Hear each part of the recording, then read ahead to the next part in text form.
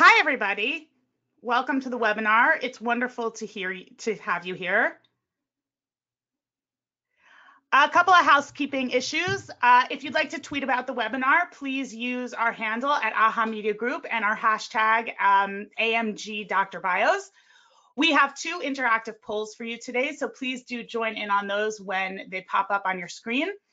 You will be in listen-only mode, but please feel free to use the Q&A box to ask any questions, and we will try to answer them at the end if we have time.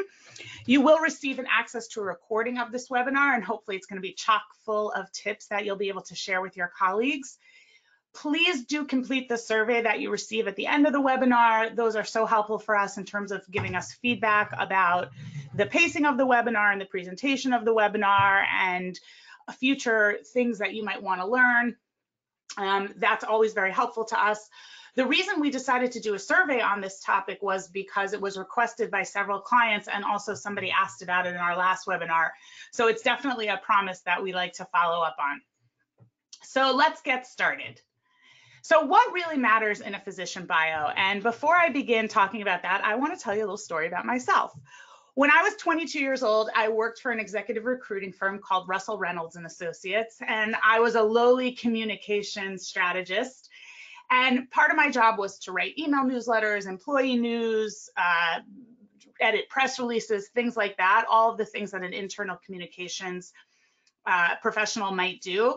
But a large chunk of the year was taken up in terms of writing these annual reports. And the annual reports were designed to talk about the associates that worked at Russell Reynolds, as well as showcase case studies of their successes in terms of recruiting executives.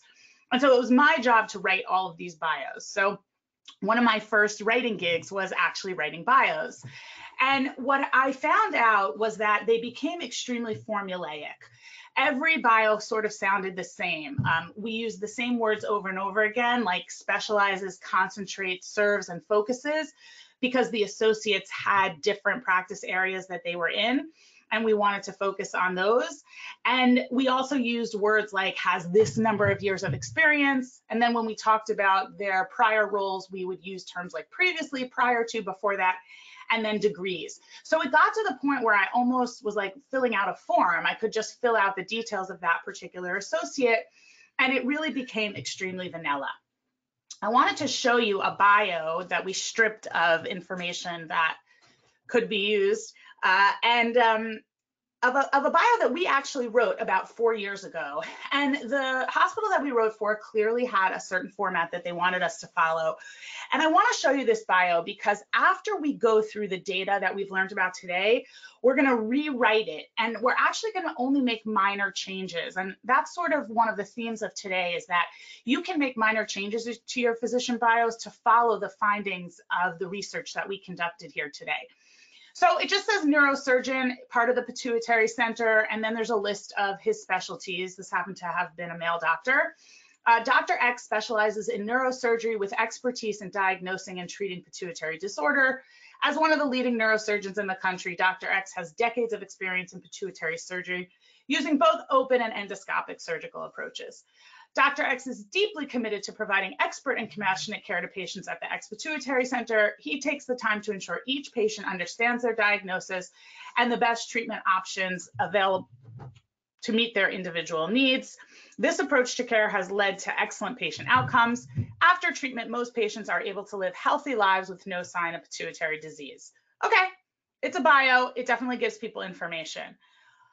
Is there a better way than this sort of formulaic sea of sameness that we see when we read hospital content, particularly around physician bios, where it's almost duplicative? We're just trying to get the same information into the paragraphs or into the find a physician directory in the same way over and over again, similar to the bios that I wrote for Russell Reynolds. So today we are going to talk about our survey methodology, what we learned. We're going to look at data splicing by what people responded, age, education, and gender. We're going to answer the age-old question in healthcare marketing: do women make the majority of healthcare decisions, or is it men? We're also going to give you recommendations because the survey data is fascinating and it's definitely something you can hang your hat on. We always talk about triangulating your data. You want numbers, you want experience, and you want to try things to make sure that they're working for your institution. But at the end of the day, you're really here today to learn about what you can do to make your physician bios very effective. And then we're going to announce the winner of the content audit that we offered for 10 physician bios. And then there's going to be a free gift at the end because we always like to leave you with a takeaway. And you can see on the right, we created a checklist for you of a step-by-step guide to how to create these physician bios. And what's really great about this particular takeaway is that on the back, you'll find the data from the survey. So you'll be able to go over with your colleagues why you should do what you should do from the checklist itself. So let's talk about how we did it. So the first is that we asked 11 questions, multiple choice with predefined answers, open-ended questions, yes and no questions. So the opportunity was really for respondents to be able to answer in a variety of ways and rank their choices. So we sort of divided the questions into two areas. The first was, how do you make healthcare decisions? And then the last part of it was, who are you as a person? Because we wanted to really be able to get this data together. So the first question we asked is, where do you go to find a new physician? Do you read a physician's bio before you make the appointment? Do you seek out photos or videos? How important are online reviews to you? What are the 3 most important factors when you choose a physician? And which of the following would make you more likely to schedule an appointment with a physician? And these questions sort of move along a journey, and we're going to talk about that a little bit more. And then we just wanted to know, how do people schedule appointments? Who makes those healthcare decisions? Gender, age, and education, just sort of to get some demographic and psychographic information about our respondents. We had 570 respondents to the survey. It was open for about a month, and we advertised it via our email list, social media, our website, and used SurveyMonkey audience to gather the data. So let's look at who responded. So no surprise here, 65% of the respondents were females and 34% were males. My theory is that more women were probably interested in the survey and wanted to take it. But again, that's, I can't answer that for sure. It's just a hypothesis. We were really pleased with the age spread that we got. So you can see we got 31% of that coveted 18 to 34 range. I would personally say, based on what we found, you really got that 50% of 35 to 70, who I think is really a serious target audience. And then we only got 3% of 71 and older, and we're going to see by their responses that they're probably not using digital technology in the same way these other audiences are. And that's an important thing to know. We're all getting ready for this gray wave, and we're worried about how we're going to reach seniors. And I think it's important to recognize that the 50 to 70 mark is really paying attention, but those 71 and older are not as much, and we're going to see that through our findings. Education, we 5% were doctorates, 24% were master's degrees, 41% were bachelors, and then a high school degree or equivalent was 24%, and then the other percentages had less than a high school diploma. So interesting to see the respondents, but I think we captured a nice majority of people who are somewhat educated and then people who are highly educated. So we're gonna run our first poll now to get a sense of who's with us. You always want to know who your audience is. And the goal of the poll is for us to understand, do you invest either money in writing physician bios and part of your resources in that way? Do you also invest time and energy in creating and writing physician bios? And you can also certainly answer this yes if you are using resources to create video bios as well. So we're just collecting the responses. Give us a second.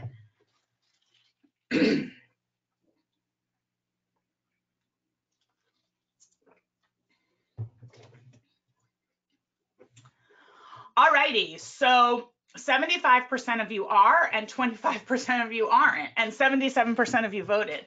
So I don't know how those statistics work out. We need a good pivot table there, but that's really interesting. So 3/4 of you are and 1/4 of you are not.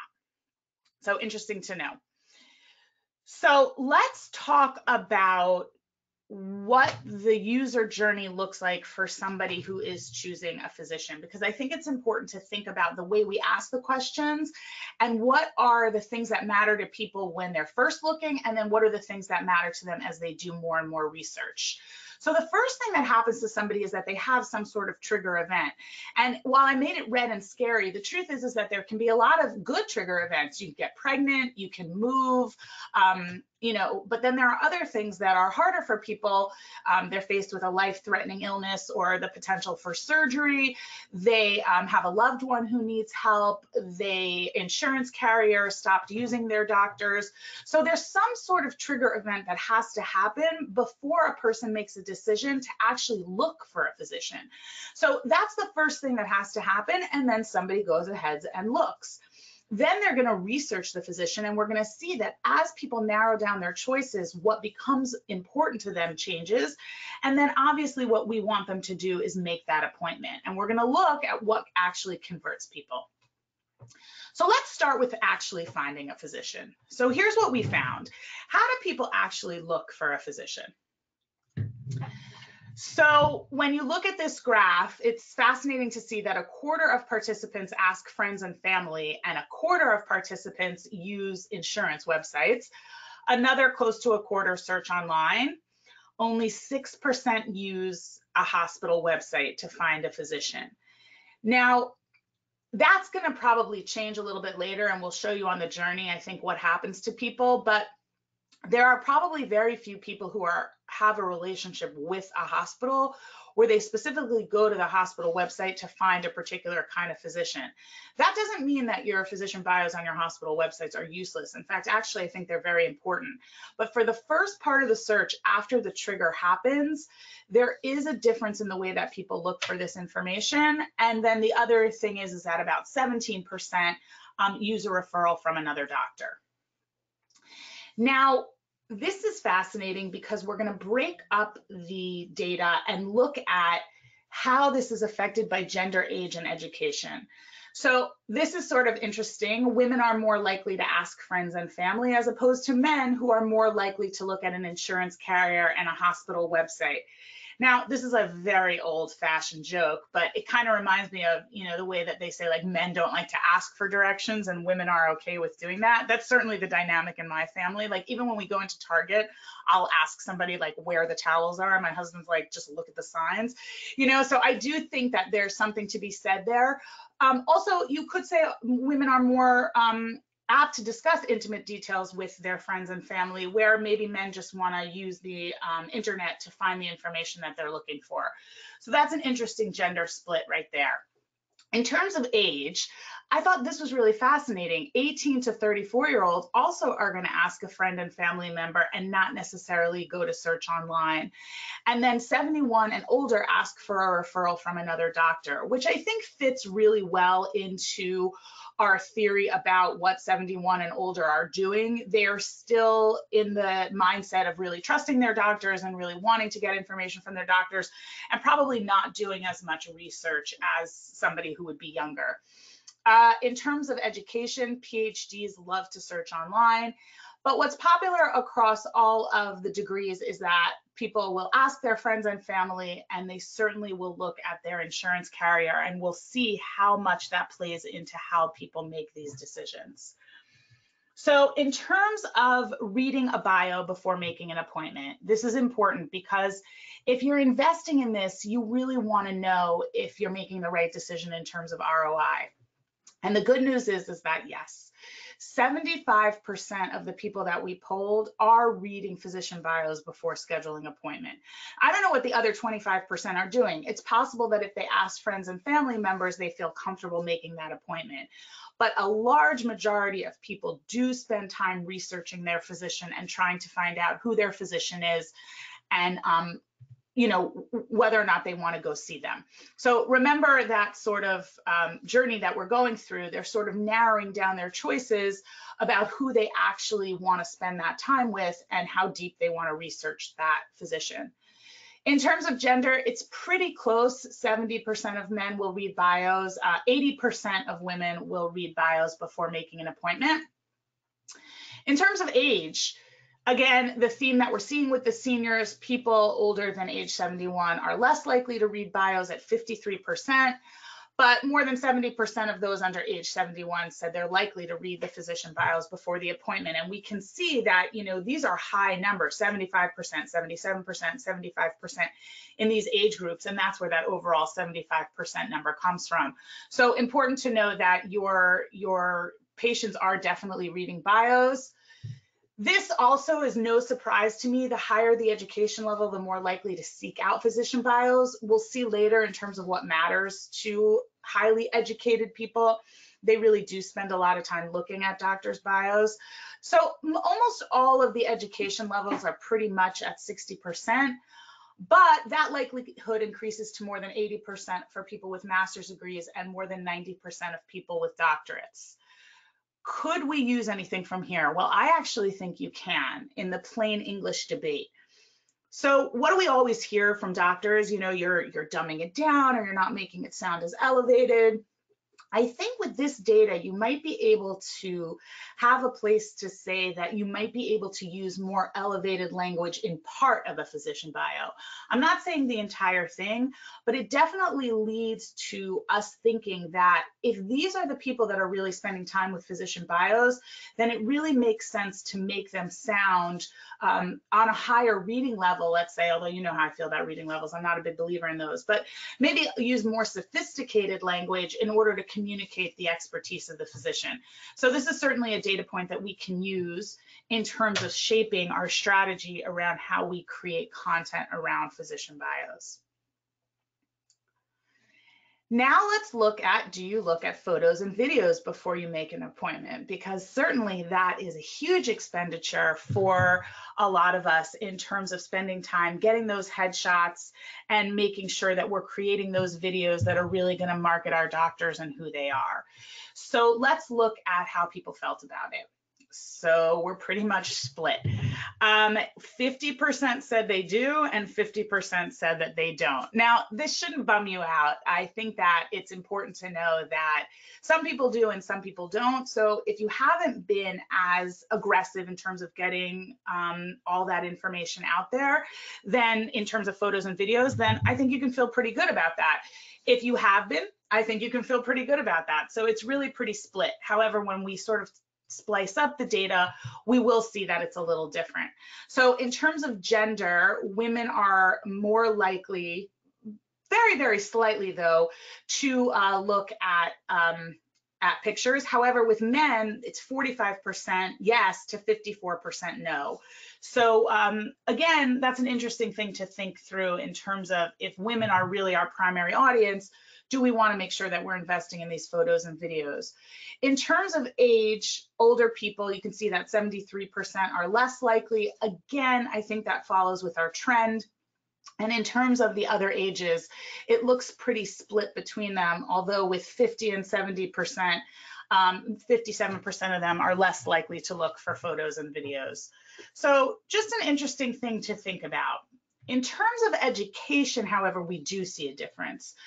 The more educated a person is until we get to a bachelor's degree, the more likely they are to seek out those photos and videos. I think when we get to high school, we see that there is a difference. 43% are and 56% aren't. So just an interesting thing to think about in terms of education level and what people are really looking for in terms of when they're thinking about what they want from a physician bio. Now we're going to move to online reviews, and I know you guys are excited to hear that because that probably takes up a huge amount of your time. So let's talk about what our respondents said when it came to online reviews. So 93% consider online reviews more than slightly important. So that is incredibly, incredibly important to you. Only 10% of all participants do not value online reviews. So if you look at those three charts going from the left to the right, that's 93%, that's huge. So online reviews are really important. And I think that that's a place where you can really say to your executives, and also when you're creating your own budgets, we need to invest in Yelp or Health Grades or putting star reviews on our sites, because 93% is a number you cannot argue with. That's a lot of people looking at your physician reviews, and you want to make sure that you cover those.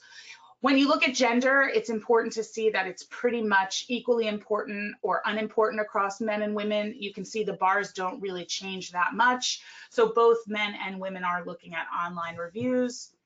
In terms of age, we do see that that younger group from 18 to 34 thinks they're very or extremely important. The older age group did not think that they were that important. But again, if you look at that extremely important, very important, and moderately important, you will see that it doesn't really change that much. So those online reviews are really important in terms of making sure that your doctors convert into appointment makers.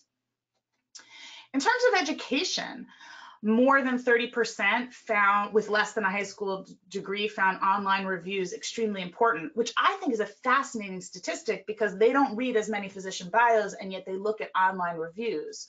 So it could be that customer service is really the thing that they're looking at instead of maybe experience and expertise.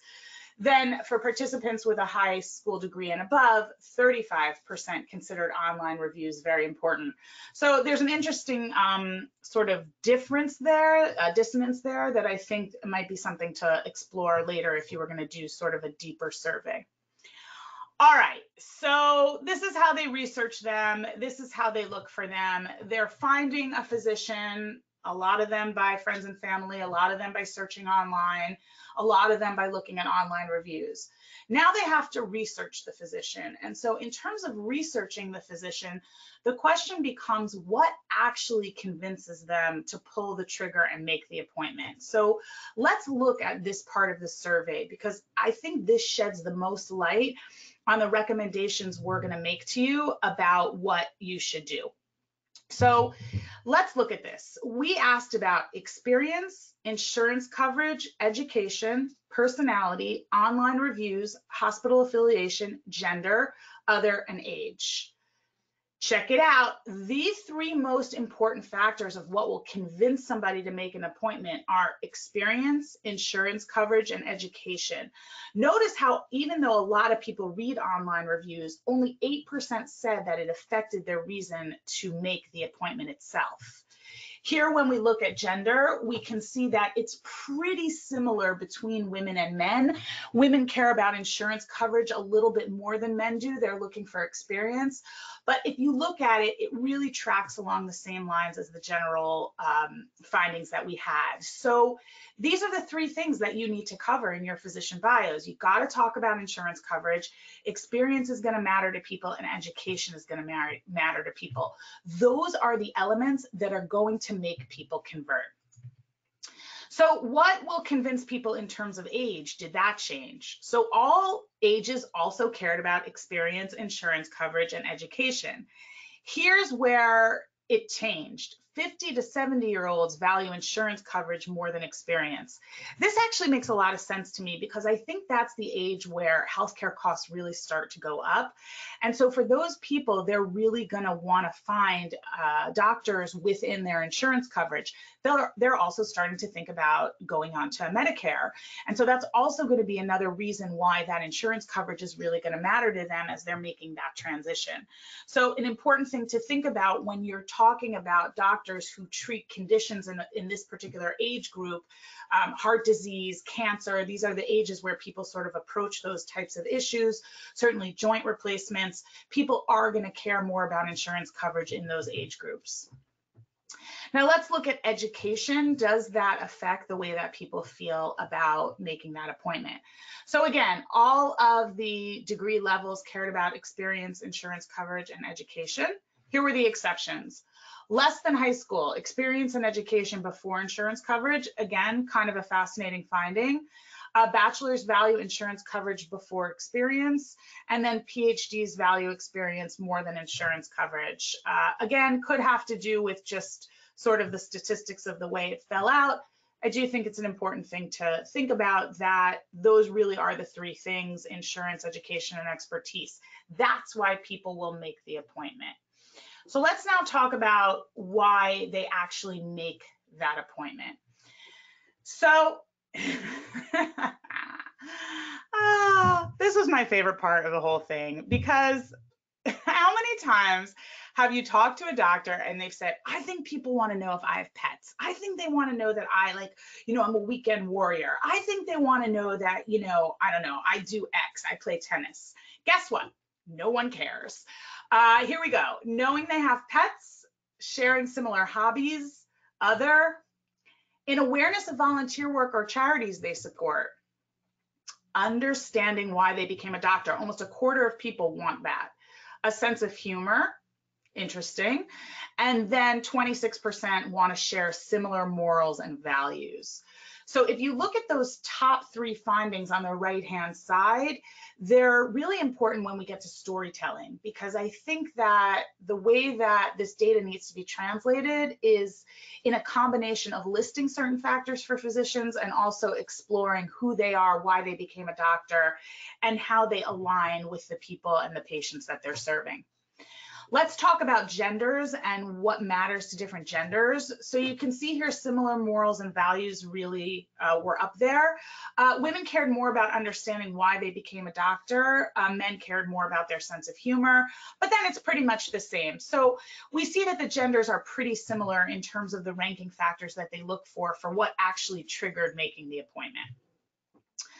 In terms of age, the 71 and older said a doctor's sense of humor will probably make them make more of an appointment. I thought that was kind of interesting. But as you can see, in terms of the rest of the categories, the graphs are so similar that we didn't really find a major finding there. Again, with education, what caused people to trigger that appointment making?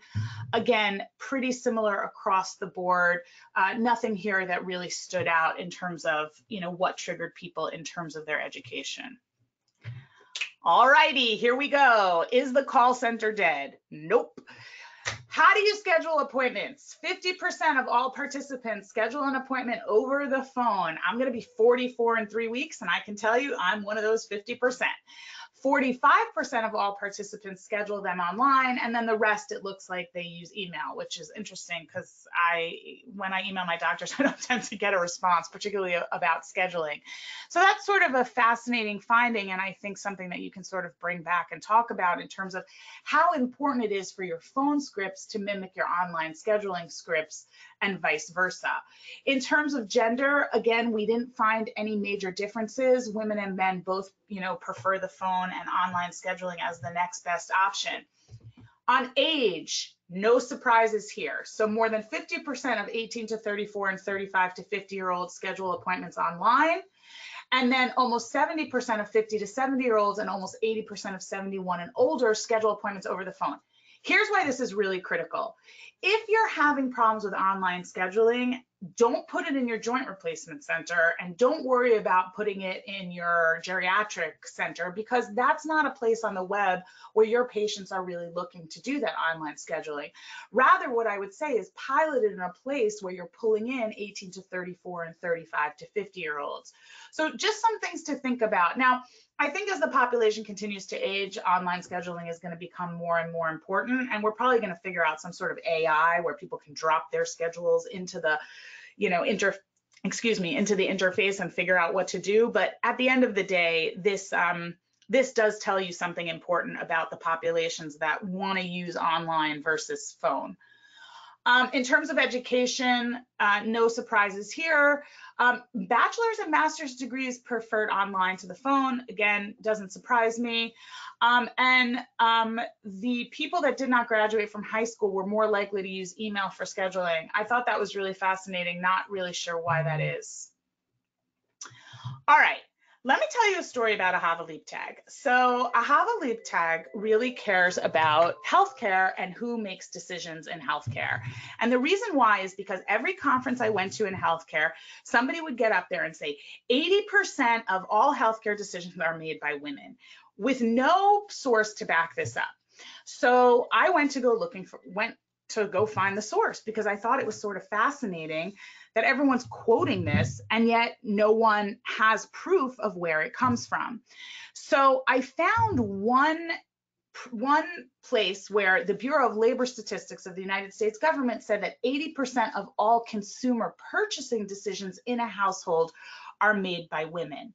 But it did not say healthcare, and it did not have a source. And I emailed the Bureau of Labor Statistics twice, and they never got back to me, which upsets me as a taxpayer.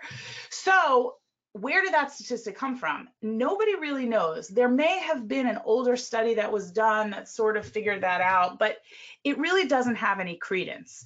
So it's unclear. Now, in talking to individual clients, they've actually done research that supports even a higher percentage, like 90%. But at the end of the day, we don't really have any real data to back that up. So now the question becomes, when we look at this data, who makes healthcare decisions in the home?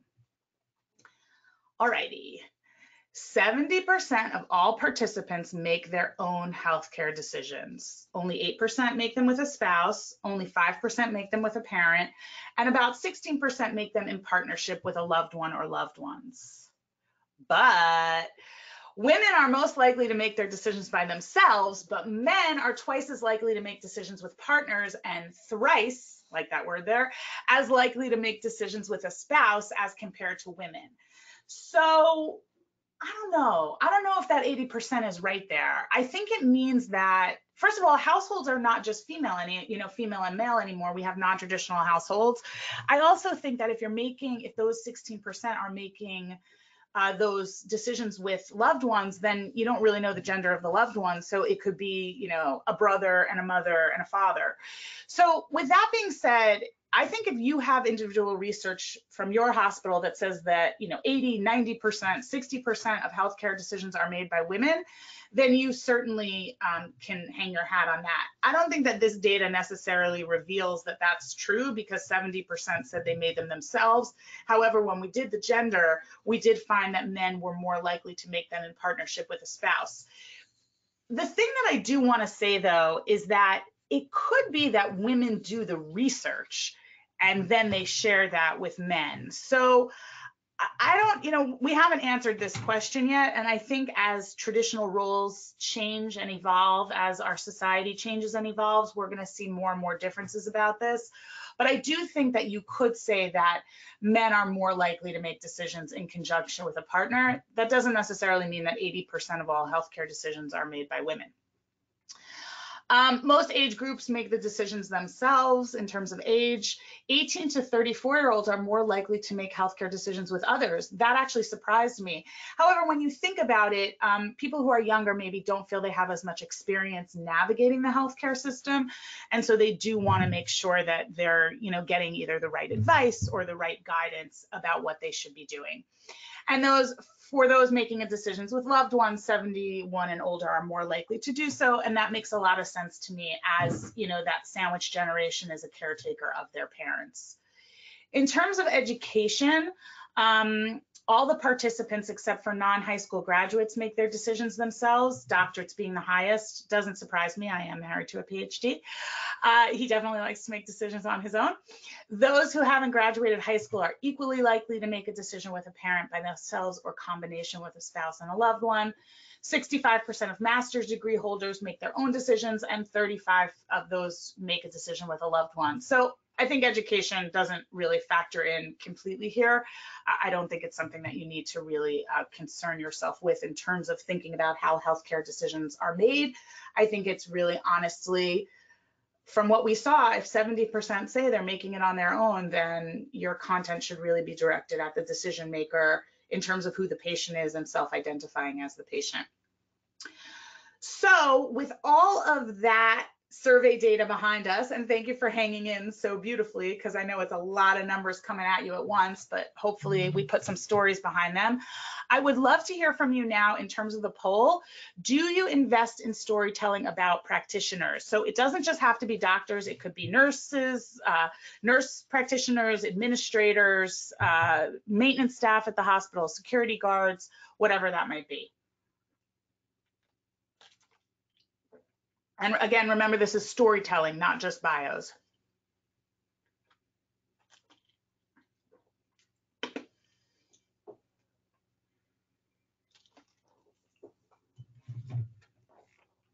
All right, so 82% of you said yes, you do invest in storytelling, and 18% of you said no. So that's nice to see that that is something that you're thinking about in your content marketing in terms of really sort of bringing to life some of the things about physicians or practitioners in your hospitals that really matter to people. All righty, so here come our recommendations for what you should be thinking about in terms of crafting your own physician bios. So experience and certifications, obviously that's what we saw, you know, experience, expertise, insurance coverage. That's really going to matter to people the most. And they want to know that a doctor is qualified to care for their condition.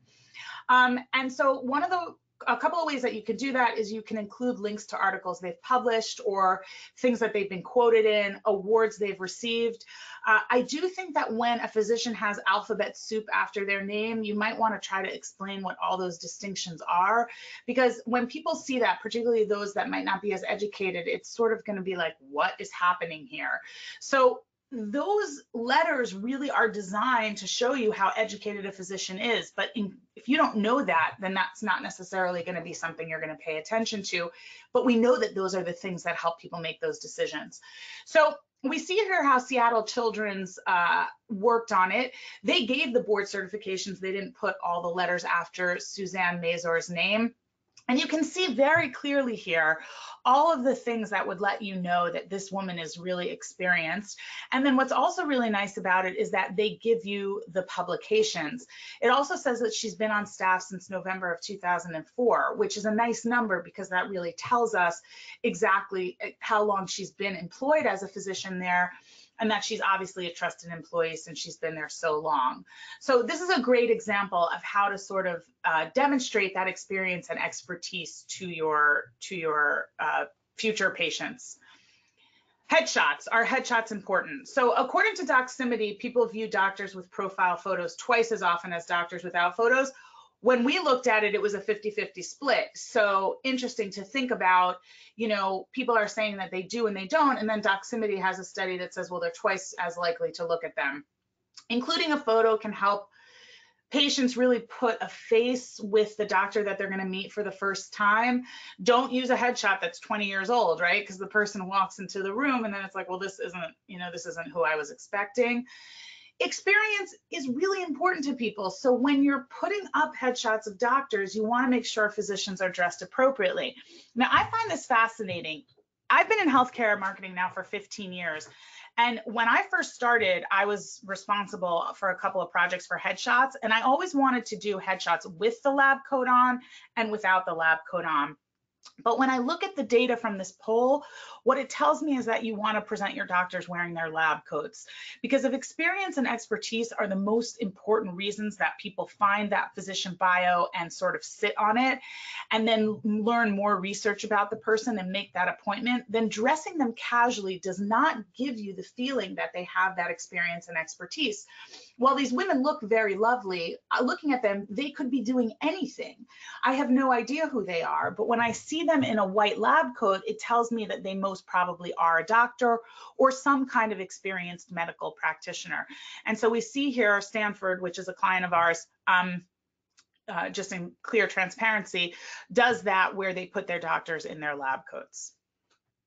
So now let's talk about video. So video is the really great place where you can sort of let that sense of humor and the other things that people are looking for, although not hobbies or pets, right? We saw people don't care about that. But that's a great way for telling people, why did the person become a doctor? Do they have that sense of humor? How is their bedside manner going to translate? So Digital Information World says that 90% of consumers help videos make purchasing decisions. Now, I would bet that that research is really a lot about retail, because you're not going to buy a product unless you can really see it.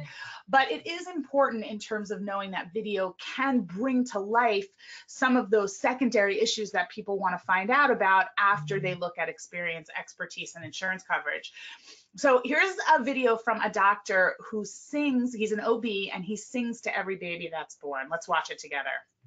Happy birthday to you. Happy birthday to you. You made my day. You made your mama's day. Your daddy's too. Happy birthday to you.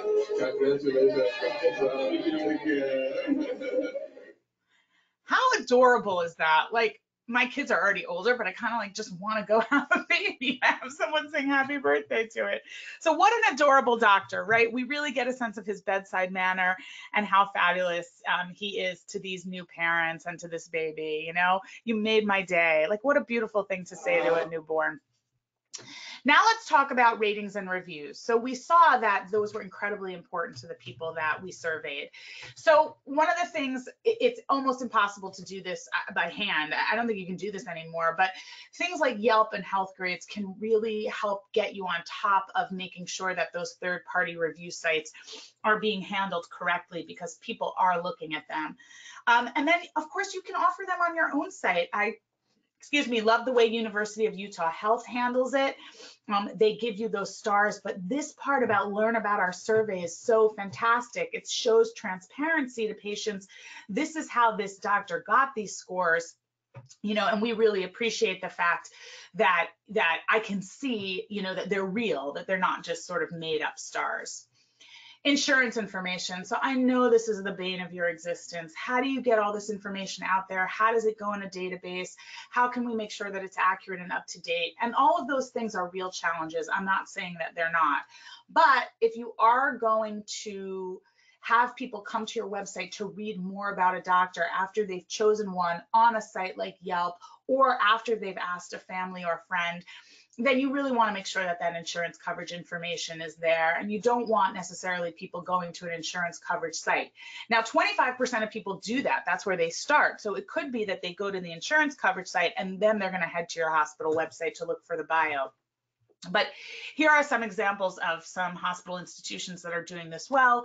Jefferson University Hospital has sort of that, you know, information about Dr. Barash, and then here are the health plans that he's accepted by. So, you know, it does say here, however, plan acceptance may vary by practice and may be subject to change. So there is some legal information there to protect you if the information gets out of date. Another great example from Northwell Health of where you can see insurance providers and plans accepted. Also here, languages spoken, Farsi, Persian, English. Again, they talked about people who share similar moral values, probably people who speak the same language as you feel more familiar than people who don't. So also a good thing to highlight on a doctor bio.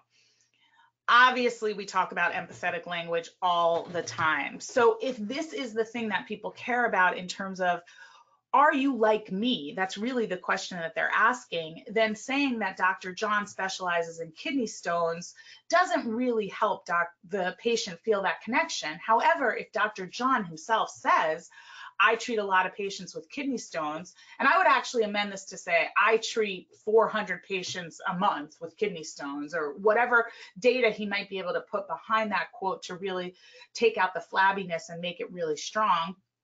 They can be really painful, but we have several treatments available that can provide relief in a matter of hours. Really empathetic, and when you're putting it into the first person, it comes off a lot stronger than when you make it the third person. When you say Dr. John does instead of Dr. John says, you remove the intimacy from his actually talking to the patient. Here's a really nice example from Fireland's physician group. So this is Dr. Rogers, and she talks about why she became a physician. Dr. Rogers' reasons for becoming a physician are twofold. Remember, our survey data said people really care about that. First, she has always loved science. Second, she appreciates the connections that being a physician allows her to make. I would have even rewritten that to say, first, she loves being able to make strong connections with people as their doctor, and she's always loved science. And here you can see quotes from her. So this is not sea of sameness. This is not a formulaic bio. This is my chance to get to know Roxanne B. Rogers and find out about her and want to make that connection to her. And I think that those are the kind of physician bios that we should really be thinking about creating in order to convert our patients. Another nice thing here is that you can watch her video. And so instead of it being this like big video frame in the middle of her bio that might disrupt my reading and making that connection to her, it's an opportunity I have to explore her further. SEO is critical for you. So if we look at that user journey and we think about how do you find a physician, how do you research that physician, and how do you make that appointment, in between that finding that physician and researching that physician, they're probably going to stumble upon your website either because of a great blog post about a physician or a great video about a physician or some sort of other information that they'll find in SEO. Certainly in your find a physician profile, you want to make sure that you are using all of those strong SEO words, and you want to use a unique URL for each physician. So you can see here the Cleveland Clinic, also a client. We see that the actual name of the doctor is inside of the URL, and obviously for somebody continuing to do research about this doctor, they will find him. You can see here there's a video about him. Here are the star ratings. Here's the languages that he speaks. He is a surgeon. He only treats adults. So again, they're trying to give people that information, and probably it would be great here if you also gave people the opportunity to share that bio, because remember, people do ask loved ones for that information. Personality and passion, how do you communicate that to people? So the top factors that would make people more likely to schedule an appointment with a doctor are those values, that sense of humor, and understanding why they became a doctor. So how can you make sure that you punch up your physician bios and you don't have that sea of sameness? So we thought of some questions for you to sort of ask doctors. Don't feel the need to go interview every doctor. You can just send out a survey using SurveyMonkey or a similar software. You can even just send out an email. What makes you different from other doctors you work with? Who do you spend your free time with? If you could spend a day with any person in the world, dead or alive, who would you choose and why? And what would you do for a living if you weren't a doctor? Great questions to sort of spur some answers that when you put them into the doctor's bio, you're sort of going to get that connection that people are going to feel and that intimacy with them that we're looking to create in those bios. Again, the find a doctor or find a provider is really important. You want your taxonomy to be varied. Obviously, things like oncology and cancer, you need to have those kind of different terms based on different education levels that people will use. And here's a really nice example from UCLA. Again, somebody that we love to work with, who has a really nice directory and a really great way of all these different ways to break up how to search for a doctor that you might be looking for. Here's one from university hospitals. Here they have, search by last name, specialty, or condition, and then you can select the insurance. The zip code is optional, and so is the preferred date. So really giving people a lot of different opportunities to decide how to find the doctor that they're looking for. So we are now at the place where I promised you we were going to rewrite that original bio based on the data that we saw today. And here it is. So we don't change any of the specialties because we know people are looking for them. But we add in detail and we take out flabby content and we put it into the first person. So here I highlighted and crossed out some of the changes that I made. You can see they're really simple, but they make a huge difference based on the data that we saw. He still specializes in neurosurgery with expertise in diagnosing and treating pituitary disorders, like brain tumors, pituitary tumors, and something else. And the reason I did this is because it's very easy for somebody reading this to skip over those specialties. They're kind of just like a list. But we want to include that in the bio itself in case somebody did miss that list.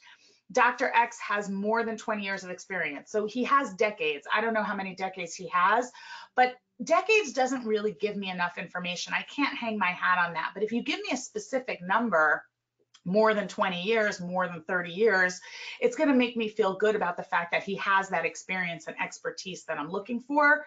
He specializes in different surgery techniques, including, you don't need to say both, open and endoscopic surgical approaches. Dr. X is deeply committed to providing expert and compassionate care to patients at the X Pituitary Center. Third person, we're looking at him. Now we change it. He says, this is exactly the quote. It was just that Dr. X takes the time. I just changed it to, I take the time to ensure each patient understands their diagnosis and the best treatment options to meet their individual needs.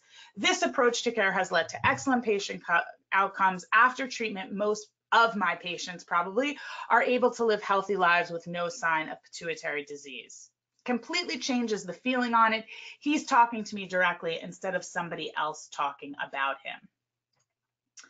So now's the exciting part of the webinar. I get to announce who won the 10 physician bio audit, and it is Jennifer Cobb of Arkansas Children's Hospital. So congratulations to Jennifer. We will definitely reach out to you and let you know that what we're going to do, but we are going to be able to audit 10 of your physician bios and give you some examples based on the data that we have, how you can change them and make them stronger according to the data that we used. So some of you with sharp eyes might have noticed that our logo has changed. We're very excited to announce that we've launched a new website, and you can go there and visit it and see our new logo. So basically about 5 years ago, we changed our logo, and back then we were around 10, 15 people. Now we're more than 40 content strategists, writers, and editors. And we wanted to update our brand to really show the sophistication of our brand. And so you can see the colors remain the same because we love the excitement and the dynamism that comes from those colors. But we sort of wanted to showcase the three things that we really believe in by the circles that you see: great writing, empathy, as well as strong UX and SEO. And so we feel really positive about this new logo and are really excited about our new website. We really hope you'll go check it out, because this is where you will be able to find the step-by-step physician bio checklist. So I know Haley is going to put that into the chat and be able to give you that information, and you will be able to go ahead and download that now. It's up there live, and we hope you'll explore the rest of the website and get to see some of the changes that we've made. We also would recommend that you sign up for our newsletter. It comes out every 2 weeks and has really great, awesome information about healthcare marketing and writing and content strategy in general. We will be publishing a blog as well with key findings and charts, so you can look for that also. And again, just a reminder to please fill out that survey. Now is a time to ask questions, so please feel free to go ahead and put them into the chat box. And I just want to end by saying thank you to my incredible marketing team of Jessica Wazinski and Haley Height. They did a fabulous job putting this webinar together. And then I also have to thank Nell Janardon, who is our numbers whiz. She did all those pivot tables to be able to splice the answers by gender, education, and age. So I'm really happy that I have such a wonderful team who's so supportive. This webinar was really a group effort, and we really appreciate that you came. And now I have a question. Let's see if I can pull it open. This happened to me the last time too.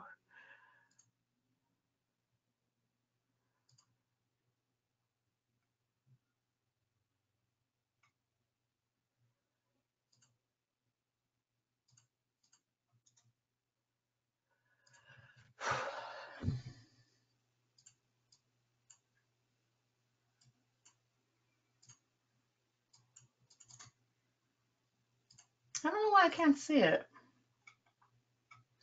Here we go. Great webinar. Do you have a favorite health system or hospital doctor profile? Hospital profile. I know it's hard to say just one. I think we showed you some examples, hopefully, of ones that we really like. I know that there have been a lot of great people hard at work at this, and I know that it's complicated to get a lot of these things done. It's a very politically charged sort of thing, but I know that a lot of hospitals have been able to get those star websites on their sites, and they've been able to sort of push the way towards making physician bios more interesting. So hopefully some of the examples that we used will help you. I think just going to look at a hospital physician bio section and sort of looking at the data that we've provided and asking, does this fit into what we found out? Do we cover experience, expertise, and insurance coverage? Do we give people ratings and online reviews? Do we give people an opportunity to explore what a doctor is like, what they care about? Do they share similar moral values? I think is a great way to start in terms of auditing your content. So hopefully that's helpful.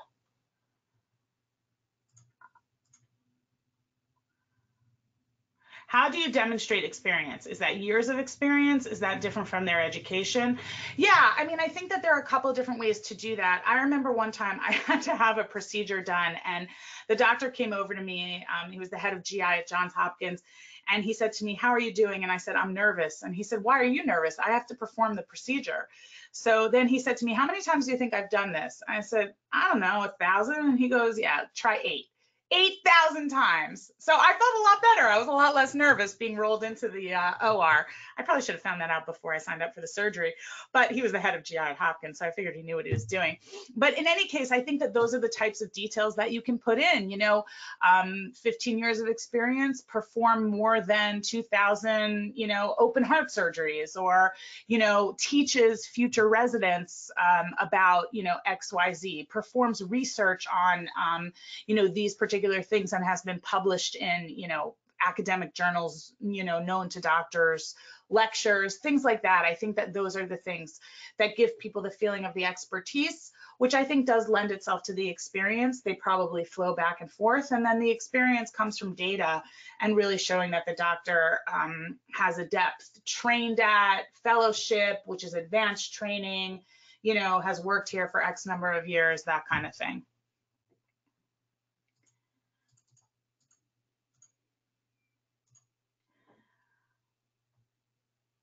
How important are board certifications, publications, honors, and awards, membership in professional organizations? I think they're really important. I mean, I think the 3 things we saw were that, experience, expertise, and the insurance coverage. I think those kind of things, though, you can kind of just list out in bullets. I don't know that I would necessarily do it in a way where you weaved it into the copy, because those things can change. I think it's good to just have them as bullets for people to sort of scan through. Again, I do think you need to explain them, though, boards and certifications in this specialty. You could even have a glossary that could pop up for people about what exactly these different things mean. But I think when people sort of see those designations and awards and all of those publications, it does give them the sense that, wow, this doctor really knows what he or she is doing. And I certainly think any sort of awards that promote who they are as a person, I think, are also important. So, voted best doctor in Washington, D.C., we might think that that's kind of cheesy, but at the end of the day, that does give people more of a desire to see that doctor.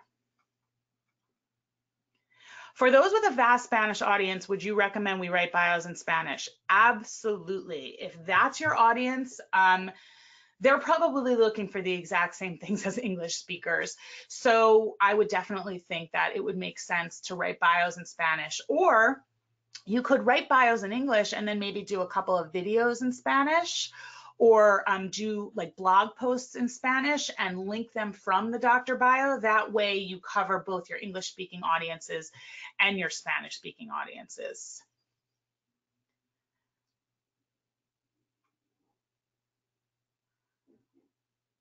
Is it important that bios are written in a paragraph format? We currently present the information in a bucket format. Is there a word limit you would recommend for the bio length? So this is a great question, and this is where I would say that those combination bios really work well. So I like the idea of bullets for certain things. I like having a video or a blog post about the doctor to demonstrate who they are. And then I think you could have a short paragraph about why did I become a doctor, or who I would want to, hang out with, alive or dead, just to showcase who the doctor is. So I think it's a combination of different types of content. The lists work. You've got them in databases.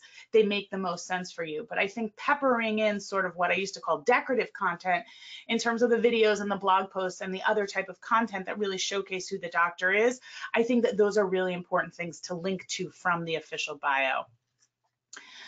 In terms of a word limit, I don't really think that I feel strongly about it. I wouldn't overwhelm the person. I don't think that there should be more than 250 to 500 words. However, I would say that it's good to have blog posts or other kinds of physician stories available to the person. So maybe I would do a sort of first person quote, and then I might do a short paragraph about the doctor. Should the bio sound like it is written in first person or third person? Again, I do think that we talked about how those quotes should be there because people do care about what doctors care about in terms of sharing those similar morals and values, but also in terms of why they chose to become a doctor. So I think those quotes obviously can be woven into the paragraph, or they can stand alone and then you can have a paragraph. Did the question about scheduling ask about a preference or what people are able to do? Was there a qualifying question with scheduling appointments? I wonder if the results could be the result of online. Sorry, I can't read that. No, the question was simply, how do you prefer to schedule appointments? And then the choices were online, email, by phone, or other. We're wondering why Ahava crossed out that the doctor was one of the leading neurosurgeons of the country. Great, I did not get to that. And as soon as I moved the slide, I thought to myself, oh, I should have explained that.